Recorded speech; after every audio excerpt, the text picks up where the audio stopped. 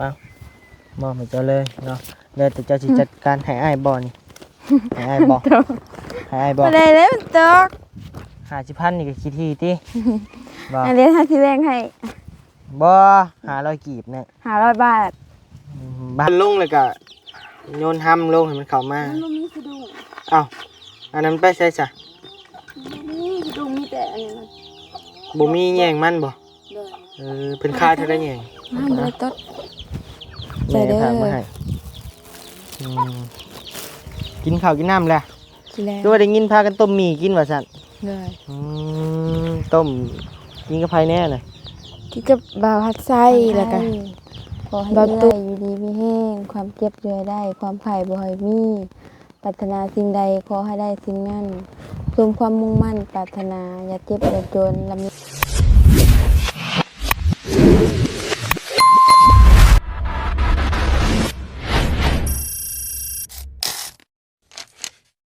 ไปพี่น้องเอ้ยต่อมาอยู่เฮือนอยู่ซานน้องน้อยเด้อพี่น้องเด้อเนาะเอากลับทักทายสบายดีและสวัสดีพ่อแม่พี่น้อง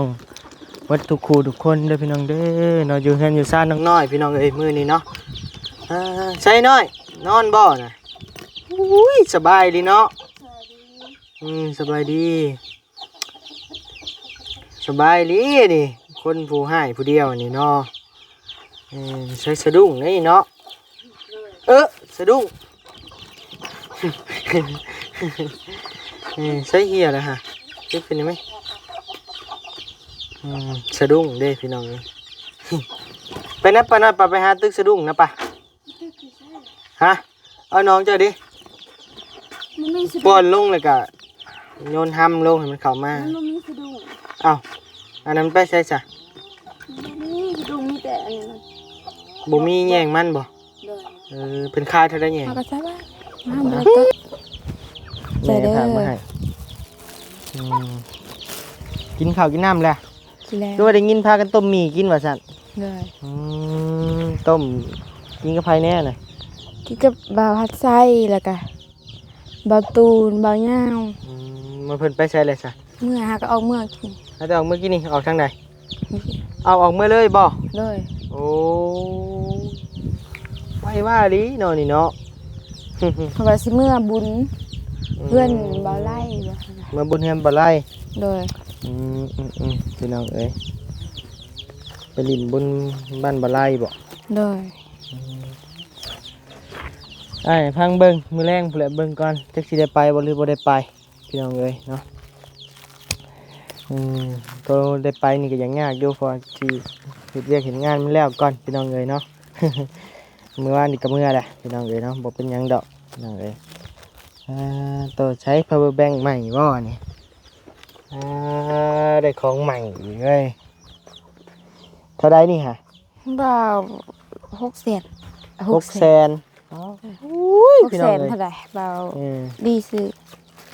บานิวยังยืมบาลี่ใส่อยู่บานิว ตัวบานิวใส่ของบาลี่ได้พี่น้องเอ้ยบาลี่เอาให้ใส่โอ้ขักลี่นี่นักขักลี่1,000บอก1,000 บาท แม่น คั 1,000 ก กว่า นี่ บานิวใส่ทนอยู่พี่น้องเอ้ยเนาะเป็นของบาลี่ขักอยู่นักอยู่ ๆฝาก2มื้อนี้ยังบ่เบิดซ้ํ โอ้ย5 มื้อยังบ่หมดจะใส่นะ เลย 10 มื้อผู้ไอ้ว่า เลย ยังเหลือ94ผู้ บ่าวตูนแล้วก็บ่าวตูนบ่าวสากินกับบ่าวยาว ตัวไอ้ใส่นะฮะไอ้เคยบ่เคยลุด90จักเทื่อคู่มือไอ้ฉากนะ เลย บรุษ90จักเถื่อแต่เว้นไอ้เมื่อน่ะยังฉากหลายแล้วทางใหม่กันสั่นทางโทรศัพท์ทาง ไม่นี่ก็สาก ฉากและใหม่อันนี้จะบ่เห็นบ่ฮะมันหมุนเห็นบ่มันใช้ไฟฟ้า เลย ทางบาลีชื่อไห้ติ เลย เป็นจังได๋ทางห้องน้ำห้องในเฮาคือยังมิดจิรีอยู่สร้างยังบ่ทันมาพอสร้างก็คือว่าไปเฮ็ดเฮือนหลังใหม่อีกแล้วบ่หัดงานใหม่อีกละคือสิเฮิงอยู่ห้องน้ำจ้ะนี่พี่น้องมันก็ท่าเบิ่งอยู่คือสิเฮิงอยู่เพราะว่าสิเอาสร้างใหม่มันก็ราคาบ่สู่บ่ไหว มื้อนะ พี่ เฮา อง ไปถามคนอื่นก็ซ้ำเก่า จำกันบ่ เลย ราคาสำเก่า เลย ปวดชิงช่องเด้ไปชิงช่องก่อนพี่น้องเอ้ย เอาบ่ทัน นี่บ่พากันต้มหมี่กินน่ะจะแซ่บตะนัว เลย อืม ก็มื้อนี้ก็บ่มีหยังดอกมาเยี่ยมมายามเพิ่นพี่น้องเอ้ยเนาะมาเบิ่งบ้านเมืองซองพี่น้องเอ้ย อืมเมื่อวานนี้มากับมาหอบเดียวซับวันนี้ไปเฮือนบ่ไล่พี่น้องเอ้ยบ่ไล่พาไปคั่วงัวกินชิ้นงัวเฮือนเพิ่นพี่น้องเอ้ยโศกเศร้าเหงาใจลีเนาะมื้อนี้เนาะใส่เกิบชื่อใหม่ไปใส่เลยซะ บ่ได้สูบ หึ ยังบ่ได้สูบปะเป็นห้าง บ่ได้ชุบมักติดใจตัวนี้บ่ เลย ใส่มันขาดยังเก็บมาใส่อยู่ ก็จักใส่ หึ อยากใส่เลยขาดแต่ว่าเฮาก็มักเนาะ เฮาก็มักคือบ่ซื้อหมดเก่าซั่นน่ะ บ่ได้ไปโรงเรียนอยู่บ้านแม่บ่มี บ่ เลย อืมใช้ย่างมาเบิ่งอุปกรณ์มึงดูเสียเลยไปยักเขาหลักไปเลยไปยัก นั่นเด้อ คือเก่าติ เลย อืมอืม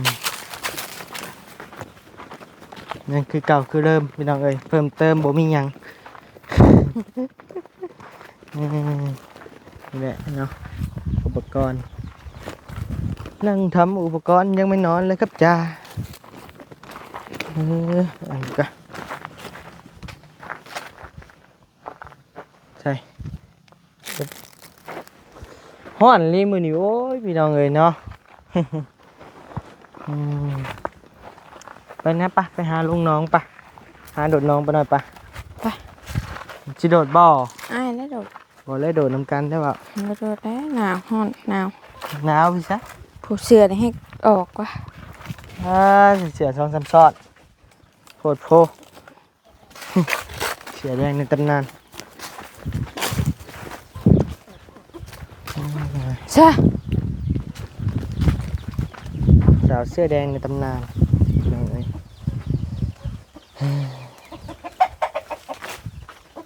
ใช่ปะหาบนนั่งปะคาตั้งกล้องอยู่รถพูเอาคาตั้งกล้องมาใช้ให้เนี่ยไป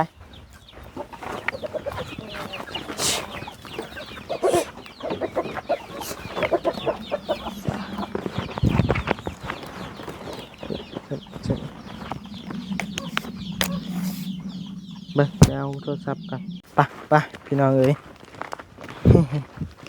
เบิ่งมานั่งในที่เก่าที่เดิมก่อนพี่น้องเอ้ยคือผมแน่เนาะ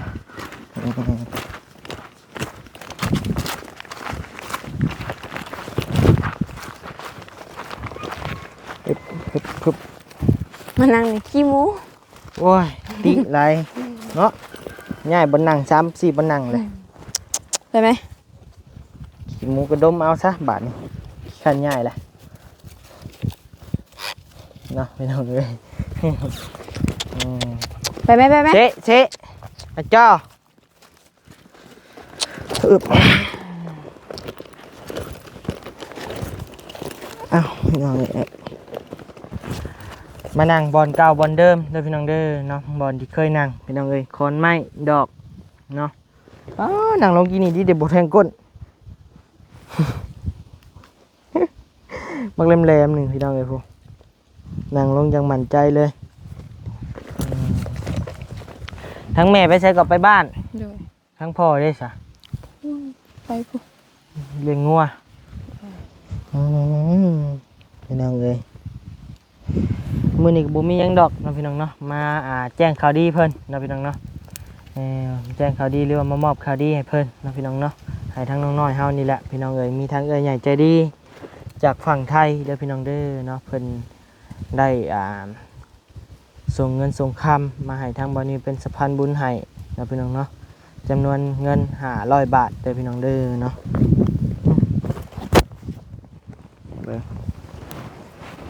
จำนวนเงิน500 บาทนี่ก็ได้มีแต่เงินดอนพี่น้องเอ้ย320,000 กีบพี่น้องเอ้ยเนาะ320,000 กีบเป็นจำนวนเงิน500 บาทเด้อพี่น้องเด้อเนาะกับ เงินจำนวนนี้ก็ทางอ้ายสิมอบให้เจ้าเลยเด้อเพราะว่าทางเอื้อยเพิ่นว่าอยากให้เจ้าซื้อหยังกินหยังก็ให้เจ้าเลือกซื้อเอาเองเลยเอาจับเอาเบิ่งถ่ายจับถ่ายรูปเลยแชะโอเคจับเอามอบให้เจ้าเลยเนาะแล้วแต่เจ้าสิจัดการให้อ้ายบ่นี่ให้อ้ายบ่ให้อ้ายบ่ บ่ได้เลยมันตก 50,000นี่ก็คิดที่ติบ่ อันนี้ถ้าสิแบ่งให้ บ่500กีบเนี่ย 500 บาท บ้านจะบ่ถามพี่น้องเบิ่งดู อืม ให้อ้ายซะนี่สิเติมน้ำมั เอา น มานี่ บ่ให้บ่ให้ก็บ่ให้บ่เอา อ้าว เอามานี่พี่น้องเลยนั่นจิตน้ำใจของน้องน้อยให้บ่าวนิว 1,000กีบ นี่เลย ใบ500กีบพี่น้องเลยบ่ว้าวดอกเอาเงินหายใบ50นี่สิเอาอยู่พี่น้องเนาะ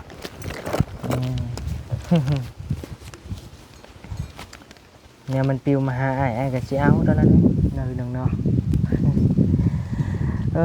โศกเศร้าเหงาใจพี่น้องเลยเนาะเงียบมิดสิดีบ่มีไผเข้ามาเลยมื้อนี้มีแต่ทางบ่ไล่บ่ไล่มาบ่ บ่บุญ บอกมา บุญบ้านเพิ่นเด้ บุญบ้านเพิ่น เลย ไผ บุญ แหน่ บ้านว่าไร โอ้บุญบ้านเพิ่นเกิดว่า บ่บุญมา บุญบ้านเพิ่น พี่น้องเอ้ยบุญบ้านเจ้าแล้วแหละ เลยแล้วเมื่อคืนนี้ แล้วคืนนี้ไปเต้นเลยเนาะคืนนี้เนาะ ไป เต้นบ่เรียบร้อยติไปกับผู้บ่าวบ่ ไปกับหมู่ แม่นบ่ แม่น บุญบ้านติมื้อคืนนี้มีลำวงบ่ มี วงหยัง วงบ้านเอง ลำวงน้อยเนาะ เลยโอ้ใหญ่ เต้นจนว่าก้นหย่อนหมดแล้วติบุญบ้านพี่น้องเอ้ยมาจังโมงสักคืน คืนนี้ว่า นะ 9:30 9:30 เลย มาพี่บ่อยู่นอนบ้าน นอนบ้าน นอน ขึ้นมา บ้าน แต่บุญ9:30 เออแม่นบ่9:30 9:00เช้ายักษ์บ่ อ๋อ9:30 แม่นบ่ยาน9:00เช้าหานหลายกว่าพี่น้องเอ้ยเนาะเย็นมื้อนี้แต่ว่าแดดร้อนลมน่ะเย็นแต่แดดร้อนมื้อแรงมานี่หนาวเด้นี่เบิ่งคืนนี้ยังหนาวบ่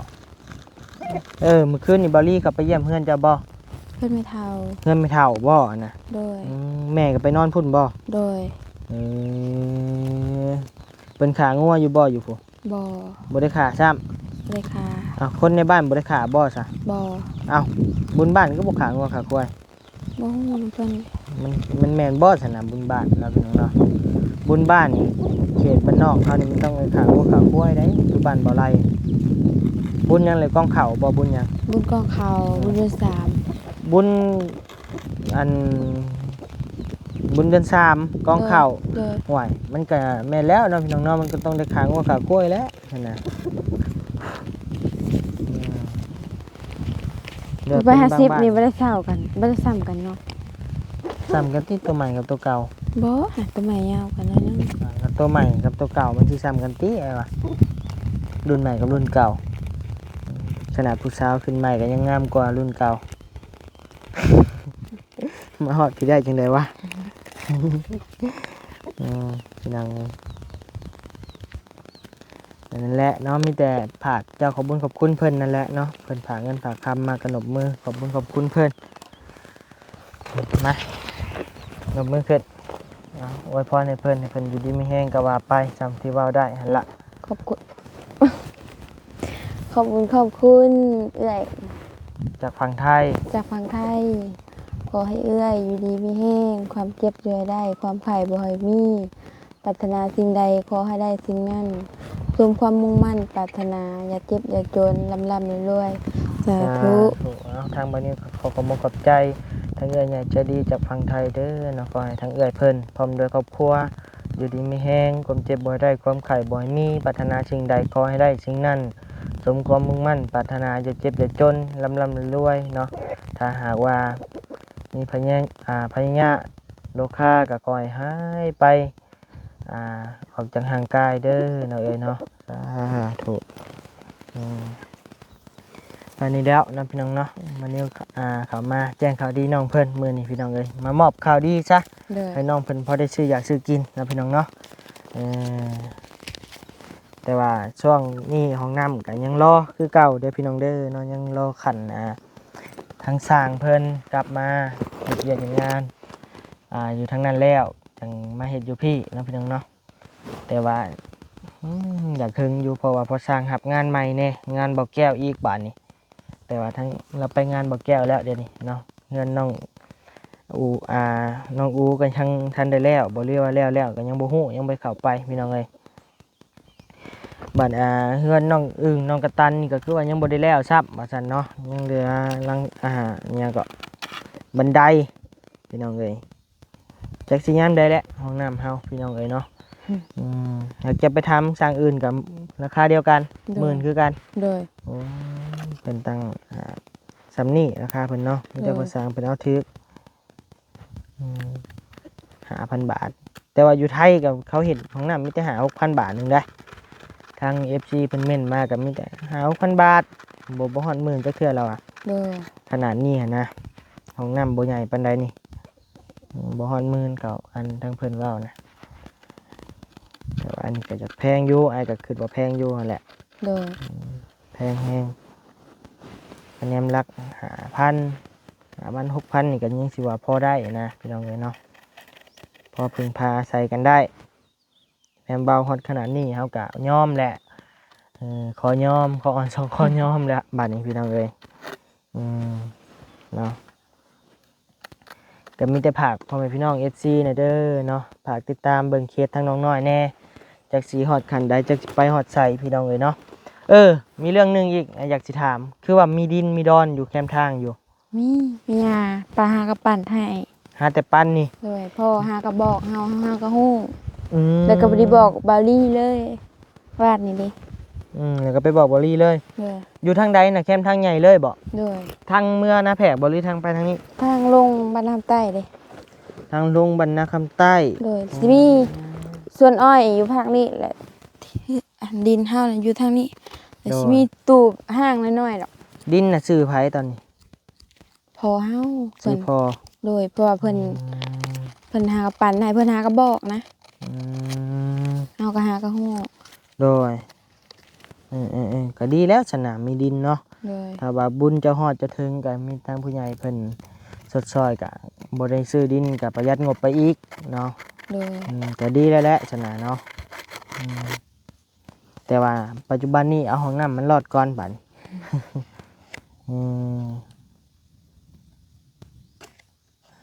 แม่นแหละเนาะพี่น้องเอ้ย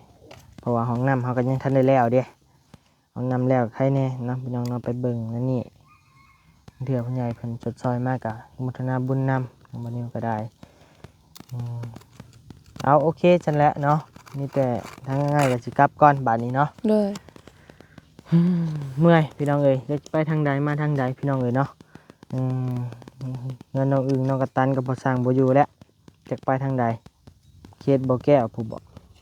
ทางบ่แก้วหาไปเปลี่ยนพาเปลี่ยนหยังบ่คือวันนี้นะจักอยู่บอนใดน่ะกะว่าสิตามไปกับบ่ฮู้ทางไปพี่น้องเอ้ย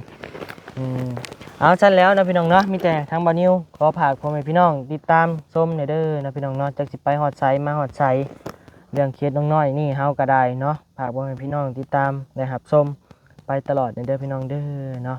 เอาสำหรับคลิปนี้บ่นิวก็ขอกล่าวคำว่าสบายดีบ๊ายบาย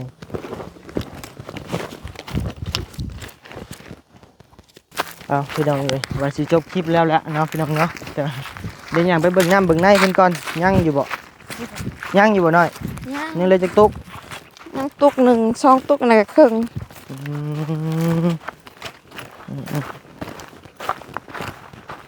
ว่าสิจบคลิปแล้วแหละพี่น้องเอ้ยเนาะเดี๋ยวมาเบิ่งน้ำเบิ่งในเพิ่นก่อนพี่น้องเอ้ยมันน้ำสิหมดแล้วไปอัดอยู่ไสกันเนี่ยมันหมดนี่ บ่ฮู้ มันมีบ่อนขายอยู่บ่แถวนี้ บ่ฮู้คือกัน บ่ฮู้คือกัน เลย กินหลายเติบเนาะซั่นน่ะเนาะฮอดบ่ทิศ2ทิศ ยังบ่ฮอด โอ้เด้เหลือซ้ำ2ตุกนี่ตุกนี้กับตุกนี้ เนาะพี่น้องเอ้ย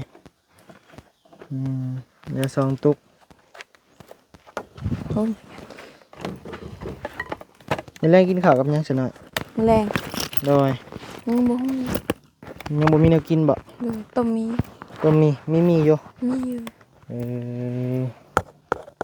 เก็บไว้ดีเด้ออย่ามันเสียเด้อเงินเด้อ โดย มาขอใน50บ่ขอ50ให้1,000กีบบาทหนึ่งก็ยังบ่ฮอดอ่ะนะพี่น้องเอ้ยเนาะใบพันกีบนี่บาทหนึ่งนี่บ่พอได้นี่พี่น้องเอ้ยเนาะใบพันกีบนี่บ่ฮอดบาทหนึ่งของไทยได้พี่น้องเอ้ยเนาะเพราะว่าบาทหนึ่งนี่ต้องใส่ใบ500มาดูต้องเป็น1,600กีบจังฮอดนี่อันนี้คือว่า 1,500 1,500 บาท1,500กีบนี่พี่น้องเอ้ยก็ยังบ่พออีกเหรียญหนึ่งนี่เงินไทยอะนะเงินไทยเหรียญหนึ่งนี่บ่พอ โดย เพราะว่ามันต้องอีก100อีก100นึงอันนี้แม่น500ใบ500นี่พี่น้องเอ้ยใบ500กีบนี่เห็นบ่500แต่ต้องมาเพิ่มอีก100นึงจังสิพอบาทหนึ่ง อยู่ไทยมีแต่เหรียญหนึงนะเนาะบ่มี 1,000กับใบใหญ่ที่สุดของเพิ่นเด้ โดย 1,000 บาทเด้อันนี้1,000กีบนี่พี่น้อง บ่พอ1,000 บาทซื้อแต่ว่าก็เชื่ออยู่พี่น้องเลยเนาะ เงินเอ้ามันปีนขึ้นไปยังอันนี้ ลงไหม ยามันกว่าน่ะ ลงมา ตีมันกว่า ลงมาเจ็ดตายมึงตาย ไก่มันขึ้นกินปีกไก่ โอ้ยเนาะป้าคนติดปากติดดังอันนี้ โอ้ยน้อยๆเลยมันขึ้นไปกินขี้ไก่บ่ กินปีกไก่ โอ้ ยังไม่ทิ่มแต่เลยนะ ยังไปมกมันอยู่ไหนดูเดินกว้างบุกกว้างยังบ่ถิ่มอยู่